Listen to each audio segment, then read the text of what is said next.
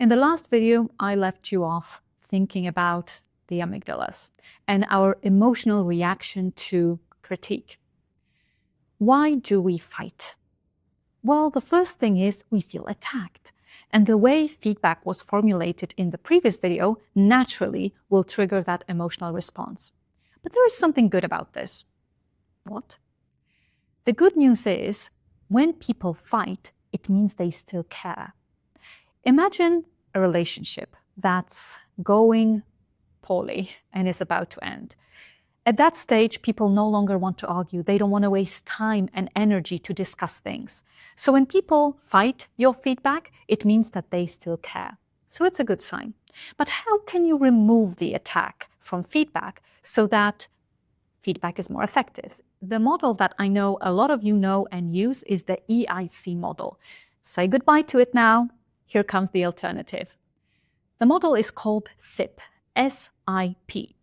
The first letter stands for situation, where you briefly describe the situation you've observed.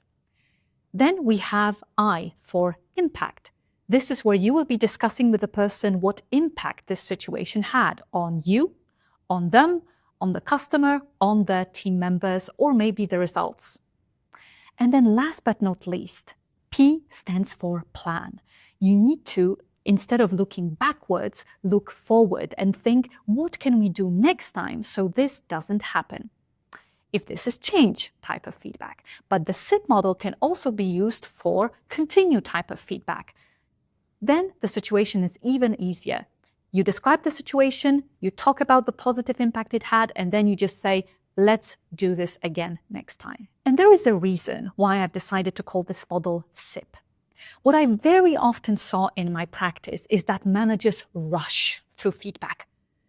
This would be compared to chugging a glass of water. What I recommend is actually you sip it. So you do it slowly and you take your employee on a journey. To be able to do this, you need to ask questions. It's not that you give them feedback, it's that you engage them in a feedback conversation. So, the first thing you do is you ask them a question to double check that they are ready to receive feedback. Then you describe the situation. Then you ask them a question so that they think about the impact that this could have had. And then you ask them another question with how they are going to either change or continue next time round. And together, you devise a plan. Let's have a look at how this would look like in practice. Remember, you start with a question. Hey, Gabriel, there is something I noticed. Do you have the time to speak about this right now? So you ask the question and next comes the situation. If they say, yes, I have time to talk about this, then you can say, Gabriel, I noticed you were late to today's meeting. And you pause there. Now, what I see very often is managers continue. Like I said, they rush to get to impact and create a plan.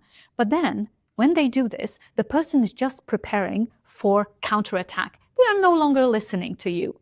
They are just thinking, what are they going to say next the second you pause?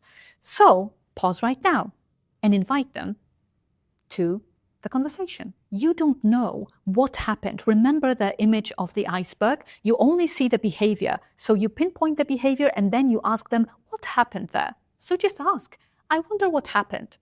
And maybe what they tell you will change your impression of their behavior. Now, once they tell you their side of the story, acknowledge this and say, thank you so much for your honesty. I didn't know that this was your situation. But then, how do you think the fact that you were late impacted the rest of the team? Naturally, Gabriel is in a situation where he is focusing on himself and the things that are happening in his life. So you're trying to take him out of his shoes and put them in the shoes of the team so he sees a different perspective. After he says what he thinks, you can summarize this and say, for example, yes, that was exactly it. The team was a bit frustrated because everyone else had to wake up early to show up on time. Or if Gabriel didn't manage to guess what the impact was, you can help him out and show him a different perspective. Time for another question. So you ask Gabriel again, what do you think you could do next time so that it doesn't happen again? Adam Grant says it beautifully. Feedback is backwards looking. That's not very helpful. It already happened. Instead, think, what can we do in the future so that it doesn't happen again? So, we hope that Gabriel is going to come up with a good plan. Why do we ask Gabriel to devise a plan? We could just tell him, do this, don't do that. But when he says it himself, there is a much bigger chance that he is actually going to execute it. And the last part of this is just to briefly summarize what happened and say, all right, so the plan is that next time you're going to wake up early or do this, do that, so that you are there on time. Awesome. Thank you so much for your time. Thank you for listening to the feedback. And that was it. The SIT model will help you to make your feedback much more effective because it takes away the attack. Now you are just engaging the person in a feedback conversation. I have one more bonus for you.